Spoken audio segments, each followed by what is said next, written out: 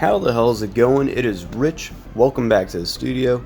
Today we're going to be talking about My Hero Academia, these two volumes I just picked up at Walmart, and particularly this character, Dabi. And this big reveal in chapter 30 just blew my mind. I am not a big reader of manga. Some manga I have read lots of in the past, but not all of them, and I usually didn't buy them. When I was younger, I didn't have a whole lot of money, so it was a lot of the illegal online stuff. But now I buy all my stuff because it's cheaper than comic books, and a lot of American comic books just suck now. So I'm getting into manga, and first of all, going to Walmart, they have the big manga names. You know, they got Attack on Titan, Jujutsu Kaisen, and My Hero Academia. And I saw like a Sailor Moon there. It was like, I was like, Sailor Moon, that's random. Every now and then they have something random that surprises you. But My Hero Academia, Jujutsu Kaisen, and Attack on Titan are the three major ones that I see there all the time. And I only buy My Hero Academia.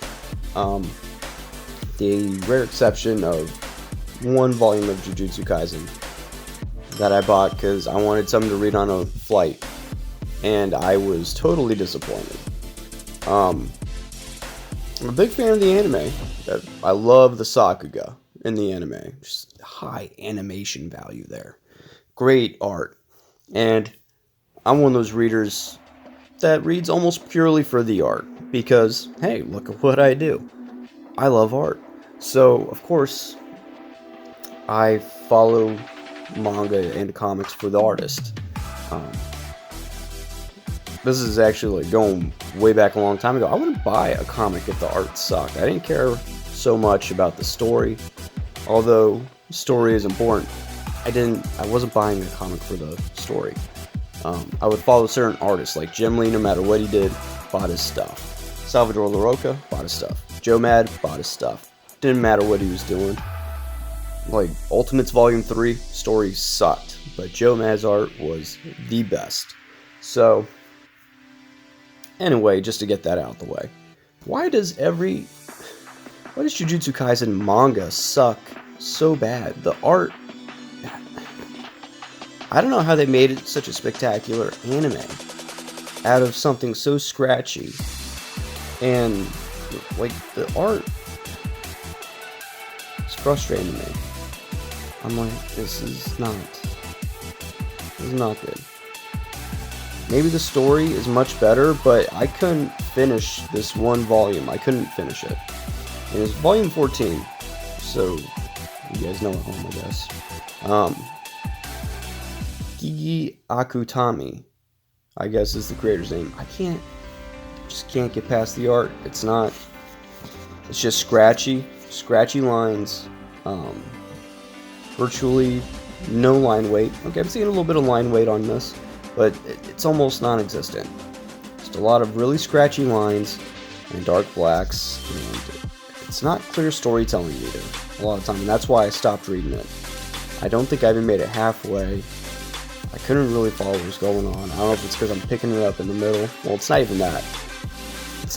I could get past some of the weird stuff that I didn't know exactly what was going on. If the art was better, I would have read it all the way through.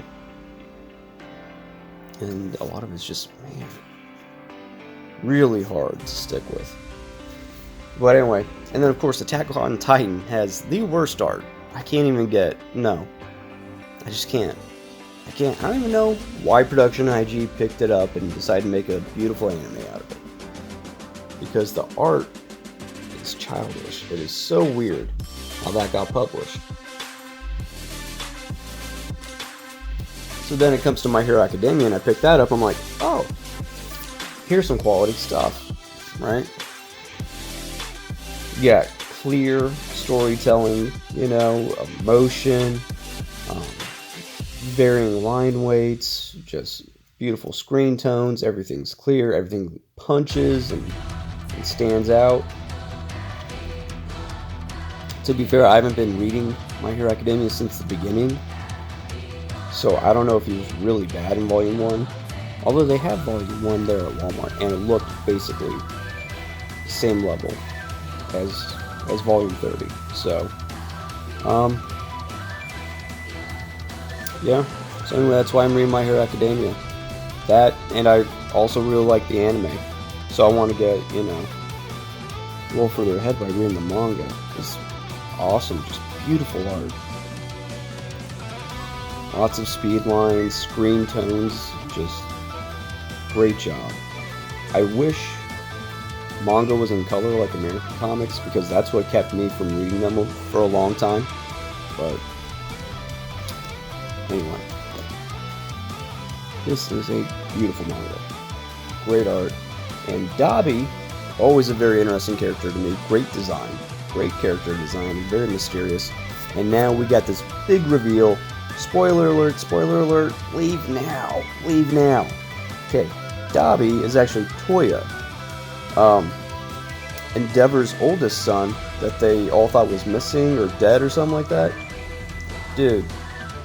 Just comes out of nowhere, drops this video that goes like streaming online. Everybody's watching, like, oh man, the #1 superhero's son, who we all thought was dead or something, is alive, and he's burned up, and he's a villain. He's a villain, and he's yelling at Endeavor and Todoroki, and he's telling them, Dad didn't like me because I only had the fire powers, even though they were stronger than his.